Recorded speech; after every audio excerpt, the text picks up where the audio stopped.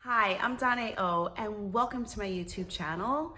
The conversation you're about to watch is actually part 2. So I'm gonna put part 1 in the link in the description down below. I'm having a conversation with my dear friend, Denise Cooper, who's an executive trainer, speaker, and author of Remarkable Leadership Lessons.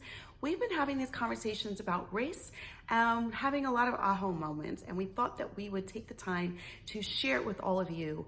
Please know that this is not something you have to watch. You can listen to it like a podcast. You're not missing anything. Conversations were challenging for us, just as well as they might be challenging for you to listen to. So please know that. We're going to continue to try to have these conversations to help you maybe see things from different perspective in the near future. So please hit subscribe, share, and the little bell so when you know that I upload another video. And thank you so much for being here, and thank you so much for watching and listening.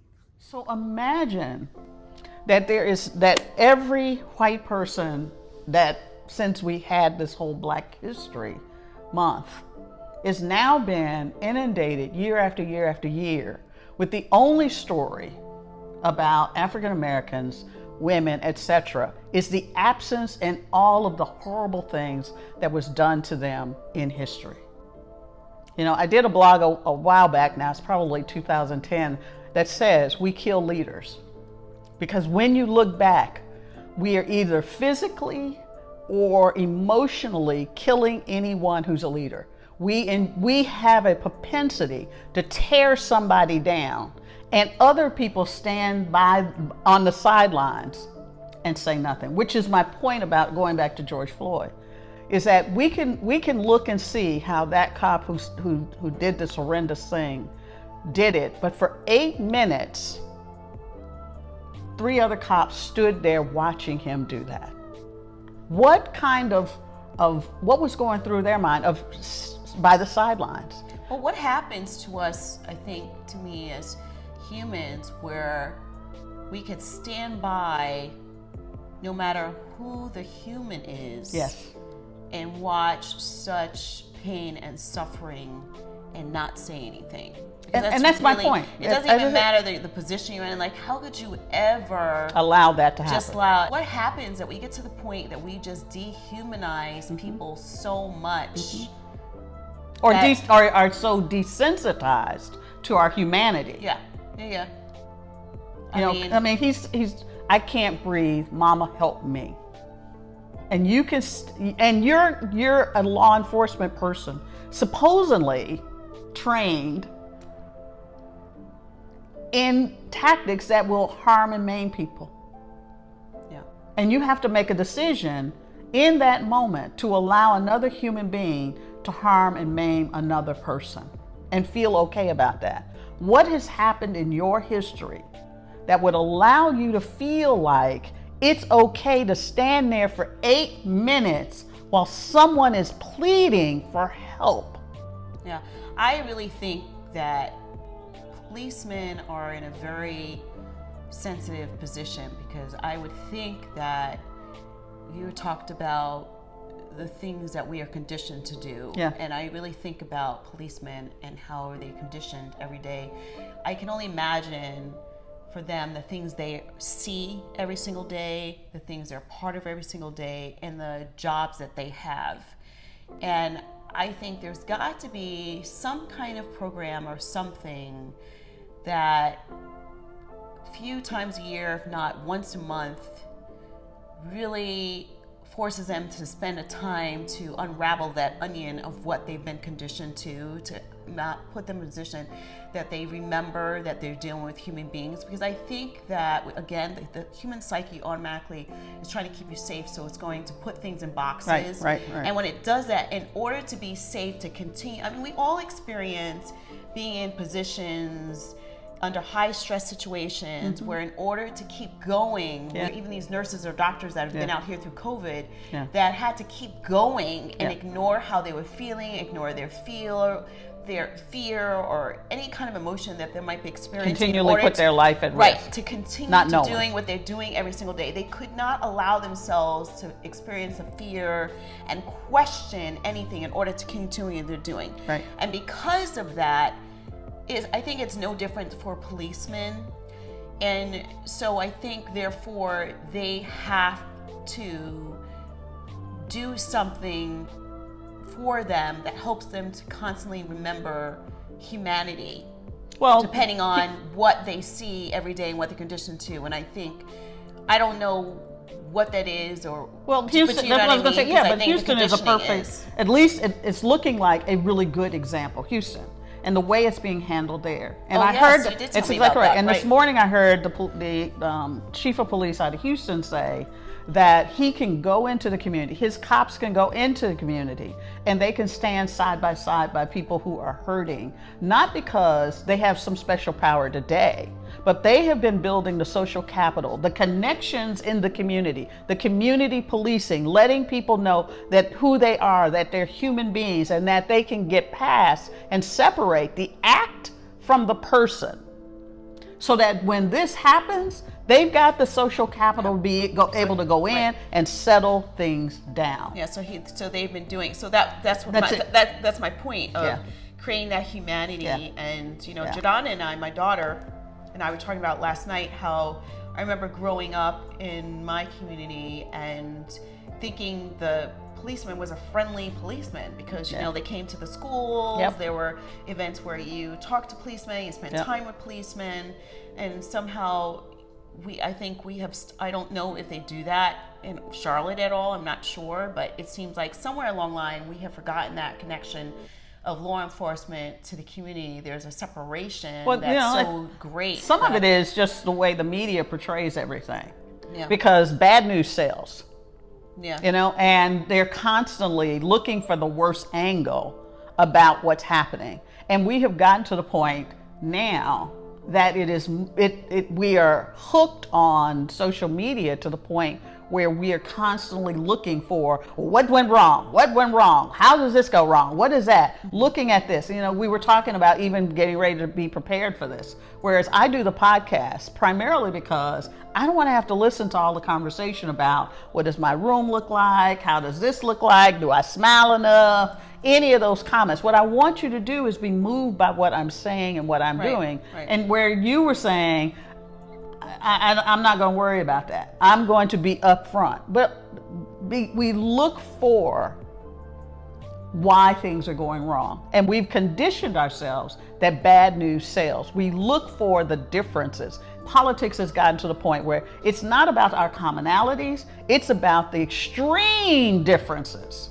that divide us. I would say for me, I really spend time, I try to at least spend time noticing how often I might be looking at what's wrong of things, and I try to consciously shut it down. But I also know that takes a lot of practice and discipline, and even I don't always get it right. And definitely we live in a world, I mean, look at social media, everything is about likes, right? Everything's about, do you like me? And did you share me? Right, and so with everything based on that, that it's hard. But okay, so now let's bring it into the workplace.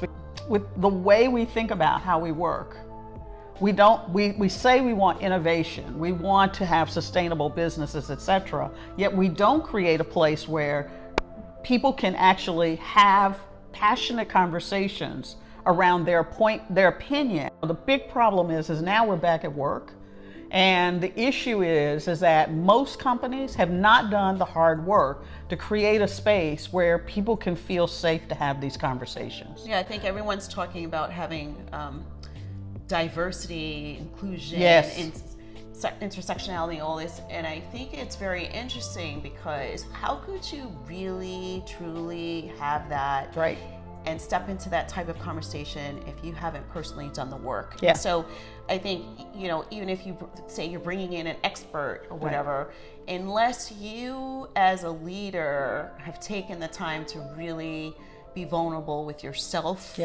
how could you really create that type of environment for anyone else? And the vulnerability is, you're going to bring your stuff with you, right? Yes. Like you're bringing all your and crap that's with the key. You're not even going to be able to see what it is that you're bringing because you think from a point of intention. And so it has to be a conversation where where you've been practicing on something that is not as igniting as this.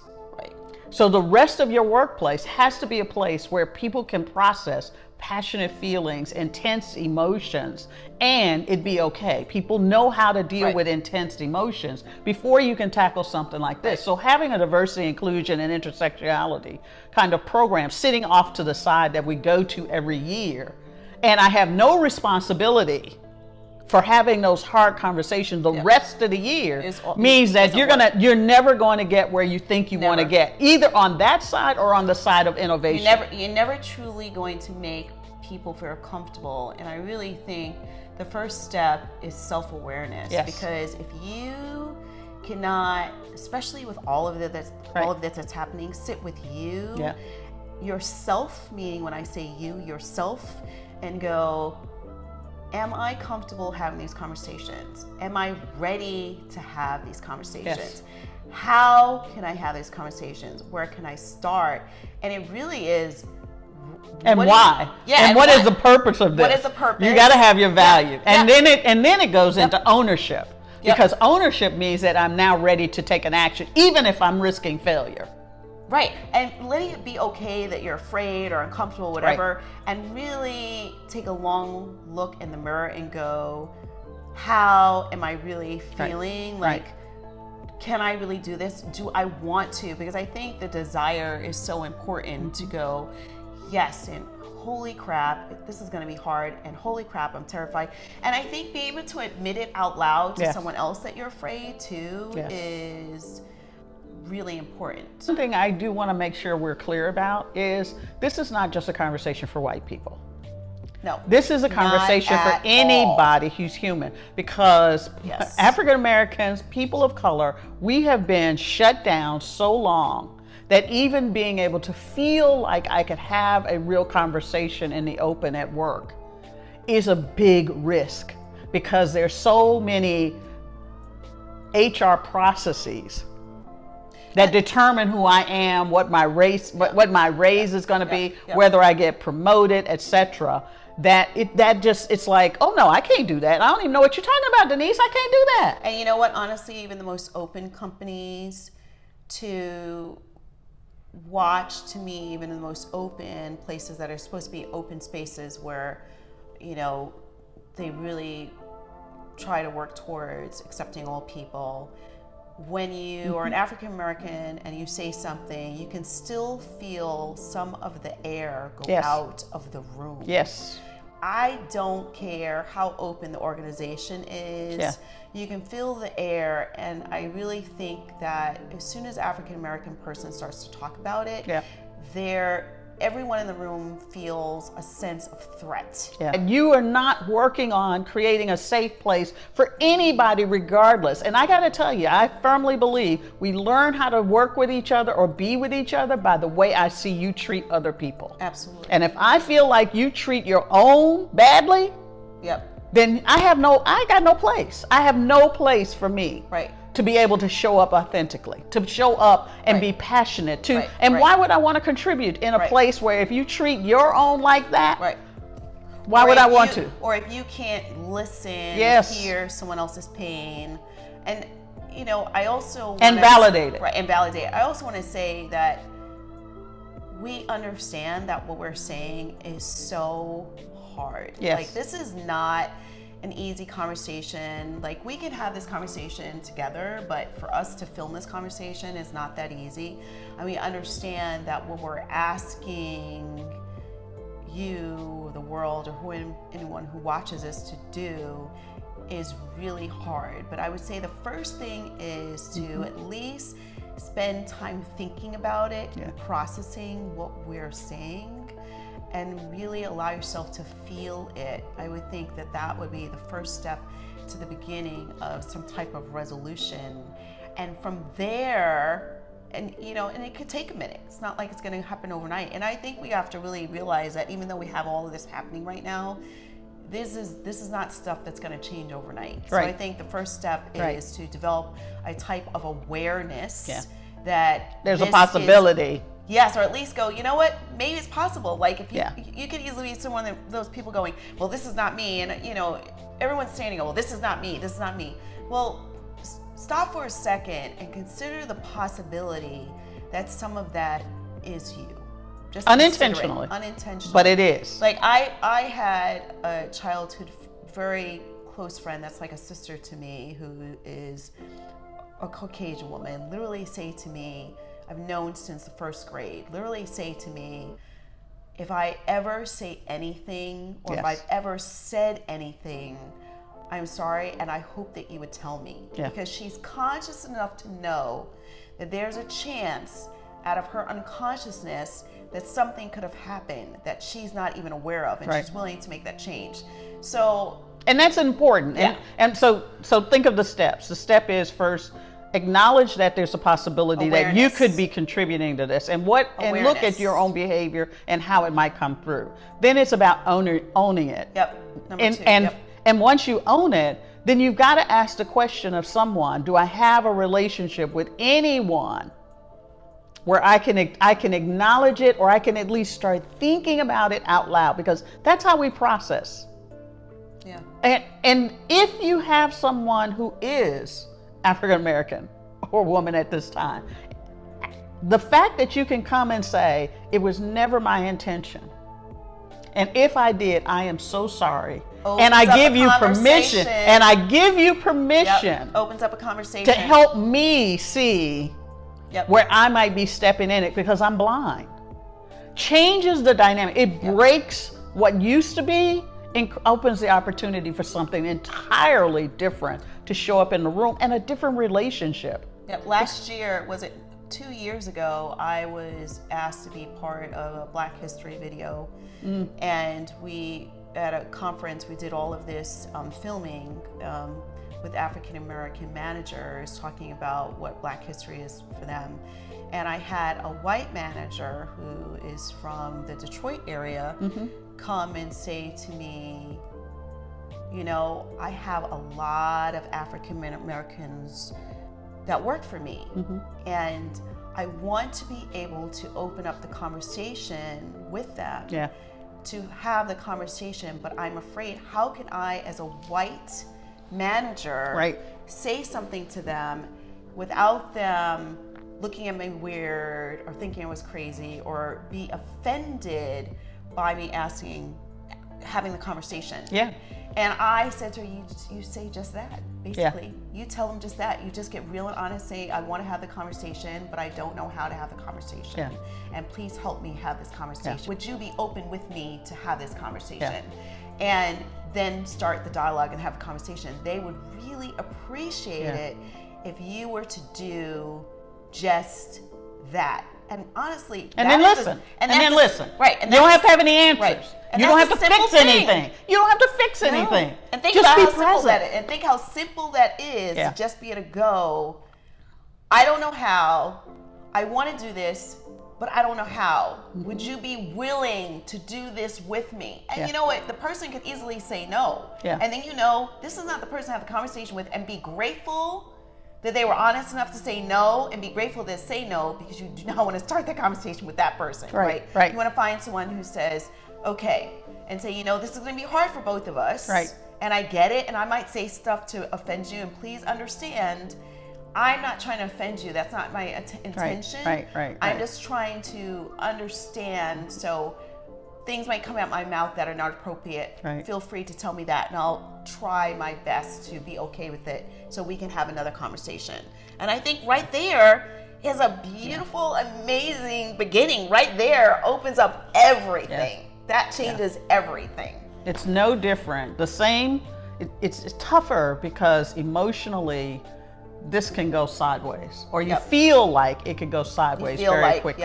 But it's absolutely no different than if you're asking about new products, if you're asking about a new process. Please tell me how this impacts you. Well, at least we need to look at it that way. Hopefully, as well as the African American person can see it that way too. And on both sides is that we have to. The only way, and my point is the only way we're going to understand is to recognize that your point of view is not my point of view, and the only way I'm going to understand your point of view is that I have to be willing to contribute to the conversation. Or my experience is not your experience, and I have no way of knowing and understanding what you experienced, but I would like to at least be able to listen and figure out together how I do not contribute to the experience that you've been having. That's exactly right, and continuing it. And it isn't about fixing things. Right. It's about being present with the person. That's right. And acknowledging that they could have an experience different than yours. Right. But it still be an experience. Right. And I think Black people have to think about if someone who's white comes to you to have that conversation, that you don't go into a place of accusations and be accusatory, because I think that will that kind of conversation will automatically put someone on defense. So own it with, I feel like this when this happens, or I have experienced this, because otherwise if you say, well, white people do this, that's not fair to that white person that now is being vulnerable to you and coming to you to have a conversation. It's not fair to them to put them into that position to own the whole white race. But again, the other side of it is that we will get triggered just like anybody else. Absolutely. And when you're triggered, the natural thing is to say, what is in it for you? Why should I extend myself? This isn't real. And looking for that this is a setup. Right. And how do I protect myself? That's another form of protection. I'm not safe. Why are you telling me this? Why do I need to be the person to help you figure out? Well, we had that conversation earlier that, there's this whole thing right now. People are saying, don't ask a Black person to explain it to you. Yeah. And I think in all reality, if we can't figure out how to have the conversation to explain, they're never going to get it. And I think we have to kind of in a way get over that whole thing of, I don't want to explain myself. I think that we have to practice discernment around when to explain and how to explain and where to explain. I think that is more of the conversation versus a blanketed, don't ask to explain, and we're not going to explain, because I think that you can't create change, healing, and growth from that place. And the other side of it is that if you are white and you do ask the question, then you got to be ready to change. Nothing is more damaging to say, I'm sorry, and then go back to the same behavior. Not be open. And I think with that, we understand some of this behavior is unconscious, so at least be open to someone saying, hey, put a nice hand on someone and say, hey, this is the moment we talked about, maybe get a buddy, I don't know, and say, to point out, hey, remember we talked about when you do X, this is what it feels like, or this is how it comes across. This is one of those moments. And I think we have to be able to find a way to do that. And also the other thing is, one conversation is not going to be enough. It's going to be a process. It's going to be more than one conversation. Be willing to be open, and also,